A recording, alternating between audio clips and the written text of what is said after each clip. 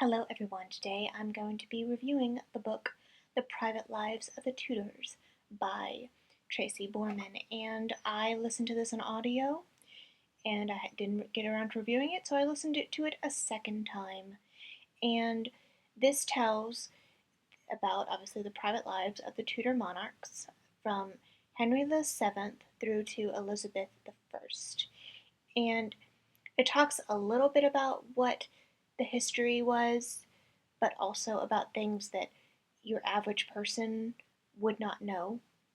And I'm going to go through some of the things that I found out interesting about each monarch. And so, Henry VII, I found out, we think of him as this miserly person that, was really stingy and stuff like that. But he enjoyed some gambling, which is really interesting. And then with Henry VIII, we know him as this tyrant who beheaded two of his wives, and he was married 6 times.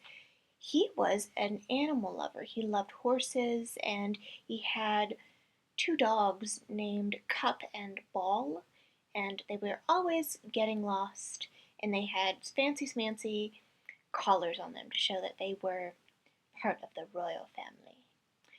And then with Edward VI, we have a diary of his written in third person, strangely enough, but it is the first recorded diary of a monarch that we have. So that's really interesting. And then Mary the First, she didn't reign very long, so this is kind of difficult. But she was godmother to a bunch of children. I believe that Lady Jane Grey's sister was Mary, and she was named after her and also godmother. And this is really sad because Mary really wanted children. She loved children. And also, another thing about Mary the First is she was really a serious person, but she had a lot of fools, and Will Summers was the only man that could make her laugh. So that two things about Mary the First, even though she didn't live very long. And then Elizabeth the First. One thing that I found interesting about Elizabeth the First was that she wasn't overweight. I always thought she was overweight, like her father, King Henry VIII, but she wasn't. She didn't eat too much like her father. She ate very sparingly, but in contrast to that, though, she did love sugar, which was extremely expensive, and it was a luxury to have sugar. And she ended up having her teeth turn black and rotting out. But she wasn't overweight, but she had a sugar addiction. So this overall was a really good book. It does talk about, things you wouldn't normally know about the Tudors. And the only downside, and this is really, really, really nitpicky, is I was expecting Tracy Borman to read the book because I read her other book, which I might link in the description. I read the book,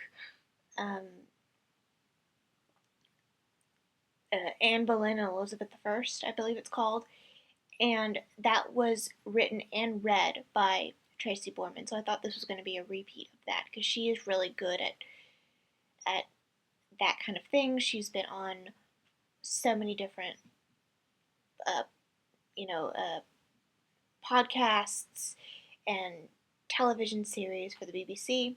And so I thought she was going to read her book, but maybe there was like a scheduling conflict or something and she couldn't get into the studio or something. But overall, this is a really good book. I would recommend it for anyone that's interested in this time period. Um, I think you will enjoy this book.